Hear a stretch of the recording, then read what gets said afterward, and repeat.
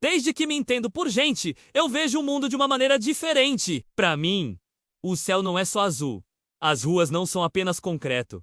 E as pessoas não são só carne e osso. Sobreposto a tudo isso, existe um emaranhado de fios brilhantes, linhas de luz que conectam tudo e todos. Eu chamo essas linhas de fios do destino. Elas vibram com vida, pulsando em cores, que mudam com as emoções e as decisões das pessoas. Uma linha dourada e forte pode significar um amor que durará uma vida inteira. Uma linha prateada e trêmula, uma amizade prestes a nascer. Linhas escuras e fracas, por outro lado, sinalizam perigo, tristeza ou separação. Desde pequeno, aprendi a navegar por esse mundo invisível. Era como ter um mapa secreto para a vida. Eu conseguia ver quando meus pais iam brigar só pela forma como as linhas entre eles ficavam tensas e opacas. Eu sabia qual amigo precisava de um abraço, porque a linha dele parecia desbotada, quase cinza. Eu via as linhas de estranhos na rua se cruzando, se entrelaçando e imaginava as histórias por trás daquelas conexões. Mas eu tinha uma regra que nunca quebrei. Apenas observar. Eu era um espectador, um guardião silencioso dos segredos do universo. Intervir, eu pensava, seria brincar de ser Deus. E eu era apenas um garoto com um dom estranho e solitário. Minha vida era uma rotina de observação. Eu me sentava no parque e assistia a teia de destinos se tecer. Via um jovem casal cujas linhas douradas brilhavam intensamente. E sorria. Vi um homem de negócios cuja linha de carreira, um verde vibrante, estava prestes a se conectar a uma grande oportunidade. E senti uma ponta de felicidade por ele. Eu me tornei um especialista em prever os pequenos dramas e alegrias da vida cotidiana. Tudo sem dizer uma única palavra. Era meu segredo, meu fardo e, de certa forma, meu conforto. Eu entendia o fluxo do mundo, mesmo sem fazer parte dele. Essa passividade autoimposta me mantinha seguro. Eu acreditava que o destino era uma força poderosa e imutável. Quem era eu para tentar alterá-lo? As linhas se esticavam, se curvavam, às vezes até se partiam, mas o padrão geral parecia sempre se corrigir. Era como um grande rio, e eu era apenas uma pedra na margem, vendo a água passar. Eu aceitava que algumas linhas eram destinadas a se romper. Via linhas de vida, aquelas que representam a existência de alguém, ficarem finas e translúcidas antes de se apagarem. Era doloroso, mas eu me convencia de que era a ordem natural das coisas. Até o dia em que tudo mudou. Foi uma terça-feira comum. O céu estava nublado. E eu estava no meu lugar de sempre, o banco de praça com a melhor vista para o cruzamento de linhas. Foi então que eu a vi. Ana. Ela não era particularmente chamativa. Não para olhos normais. Mas para mim, ela era a pessoa mais brilhante do mundo. A linha do destino dela era diferente de todas que eu já tinha visto. Era um fio de platina pura, incrivelmente forte e luminoso, que parecia cantar uma melodia própria. Era a linha mais linda e poderosa que eu já havia testemunhado. E ela estava se cruzando com a minha... Nossas linhas se tocaram. E por um instante, todo o universo pareceu prender a respiração. Pela primeira vez na vida, eu senti um desejo avassalador de não ser apenas um espectador. Eu queria conhecer a pessoa por trás daquela linha magnífica. Comecei a observá-la mais de perto. Ana era gentil, sempre com um sorriso para os outros. Ela trabalhava numa pequena livraria ali perto e sua paixão pelos livros era evidente. Eu via as linhas de felicidade que ela criava ao seu redor, pequenas faíscas de luz que ela deixava por onde passava. A conexão entre nós se fortalecia a cada dia, mesmo que ela nem soubesse da minha existência. Nossos fios de platina começaram a se entrelaçar, formando um nó delicado e promissor. Eu estava apaixonado, não só por ela, mas pela promessa que nossas linhas unidas representavam. Eu me permiti sonhar. Imaginei como seria falar com ela.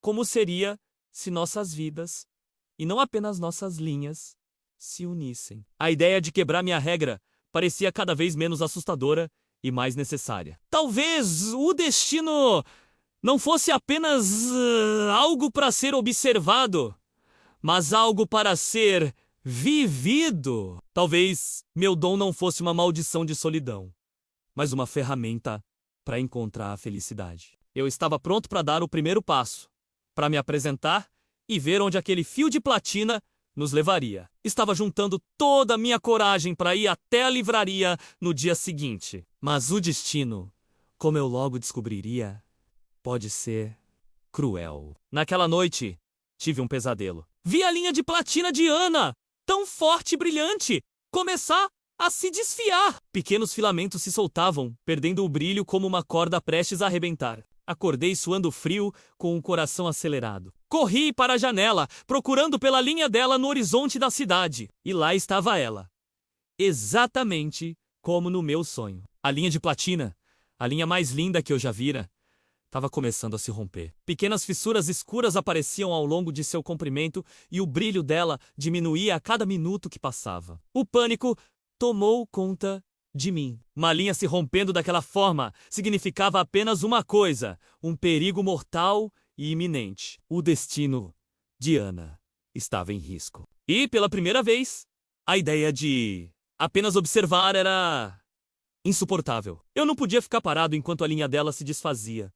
Aquela linha estava conectada à minha. Se ela se rompesse, uma parte de mim também se apagaria para sempre. Minha regra de ouro, minha filosofia de vida, tudo isso se tornou pó diante da imagem aterrorizante daquele fio se desfazendo. Eu não sabia o que fazer, como fazer, mas sabia que precisava fazer alguma coisa. Eu não era mais um espectador, eu era parte da história. O garoto que apenas observava as linhas do destino. Agora precisava encontrar uma maneira de remendá-las. Corri para fora de casa, no meio da noite, seguindo o rastro enfraquecido da linha de platina. Eu não tinha um plano. Tinha apenas a certeza de que não podia perdê-la. Minha jornada não era mais sobre observar o destino dos outros, mas sobre lutar pelo nosso. Eu não sabia que perigos me aguardavam, ou se eu teria força para mudar o que estava escrito. Mas eu ia tentar. Pela Ana, por nós. O tempo estava correndo e cada segundo contava. Eu precisava ao Kenkela antes que a linha se rompesse por completo. A busca me levou por ruas escuras e becos que eu nunca tinha explorado. A linha de Ana me guiava como um farol fraco numa tempestade. Eu via outras linhas ao meu redor. Linhas de perigo, de medo, cruzando o caminho dela. Percebi que não era um acidente. Alguém, ou alguma coisa, estava ativamente tentando cortar o fio do destino dela. Essa percepção gelou meu sangue. Não era apenas o fluxo natural da vida. Era um ataque direto. Finalmente, a linha me levou a um antigo armazém, abandonado na zona portuária. A luz de platina pulsava fracamente do lado de dentro, quase se apagando. Eu podia sentir o perigo no ar. As linhas escuras se concentrando naquele ponto como uma teia de aranha. Respirei fundo. A regra de não intervenção agora, uma memória distante. Eu não era mais um observador. Eu era um protetor! Empurrei a porta pesada e entrei na escuridão, pronto para enfrentar o que quer que estivesse tentando destruir a linha mais importante do meu universo. Essa história te prendeu? A jornada de um garoto que quebra sua única regra para salvar a pessoa que ama está apenas começando. O que ele encontrará dentro do armazém? Ele conseguirá consertar a linha do destino antes que seja tarde demais? Se você quer saber como essa história continua, deixe um comentário aqui embaixo dizendo: eu quero a parte 2. Sua interação é o que nos move a trazer mais conteúdo como este. Não se esqueça de curtir o vídeo, compartilhar com seus amigos que amam uma boa história e, o mais importante, se inscrever no canal e ativar o sininho para não perder nenhuma novidade. Muito obrigado por assistir e até a próxima.